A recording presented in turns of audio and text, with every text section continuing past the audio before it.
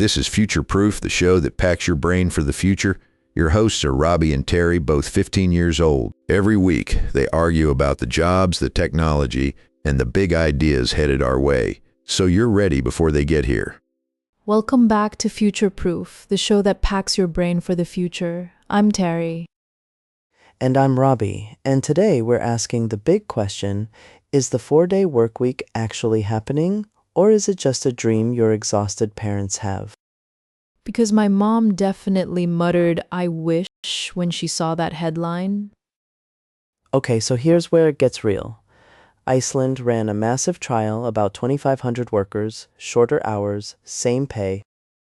And the result? Productivity stayed the same or actually went up. The workers were happier and less burned out.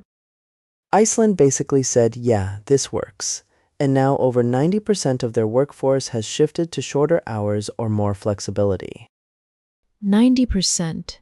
That's not a pilot program. That's a national vibe shift.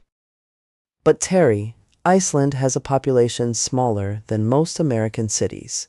Can you scale that up? Fair point. But Microsoft Japan tried it too. 1 week, 4 days. Productivity jumped by about 40%. 40%? That's not a small bump.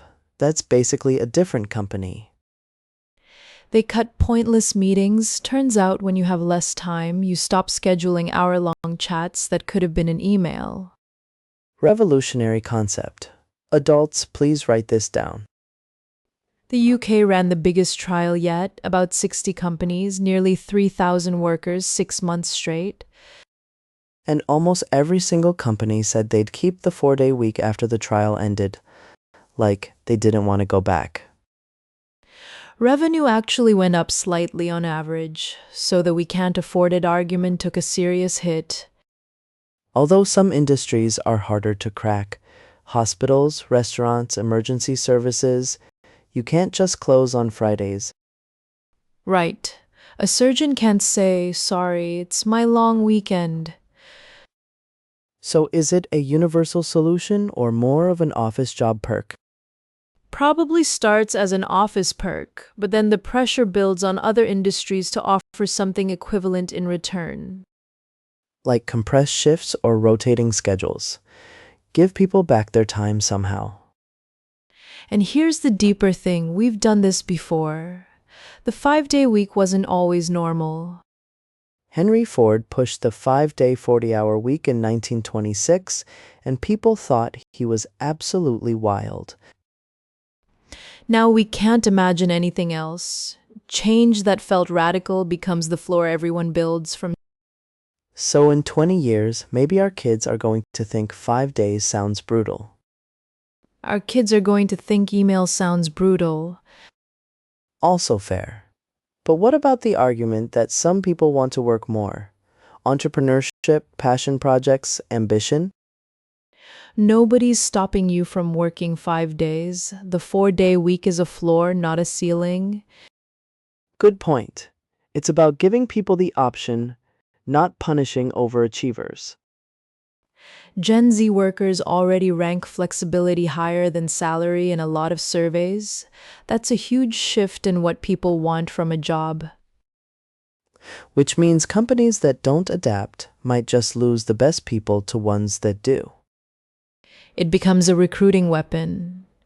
We do 4 days versus we have a ping pong table. Ping pong tables have never once made anyone stay at a bad job.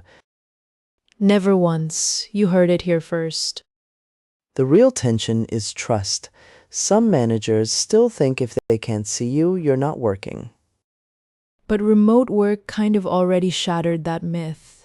Millions of people worked from home and the world didn't collapse. Most of it didn't collapse. Most of it, partial credit. So where does it stand right now globally? Is this a movement or just a trend? Spain, Japan, Belgium, and several other countries have either trialed it or passed laws supporting the option. It's spreading. Slowly, but the direction is pretty clear. Fewer hours, same output. Happier humans. And the planet might even benefit: fewer commutes, less energy use, lower emissions. One study linked shorter work weeks to a smaller carbon footprint. So it's not just good for workers, it might be good for the actual Earth. That's a strong hand to play. Look, nothing about changing work culture is fast or easy, but the data is piling up on one side. And when Iceland, Microsoft, and dozens of UK companies all point the same direction, that's not hype anymore. That's a pattern, and smart people pay attention to patterns. So the verdict: real. With an asterisk, it works where it's been tried and it's slowly going mainstream. The 4-day work week isn't a fantasy. It's a Tuesday that hasn't arrived yet. I love that. Stealing that. On that note, keep questioning the defaults, keep imagining better systems, and we'll see you next week on Future Proof.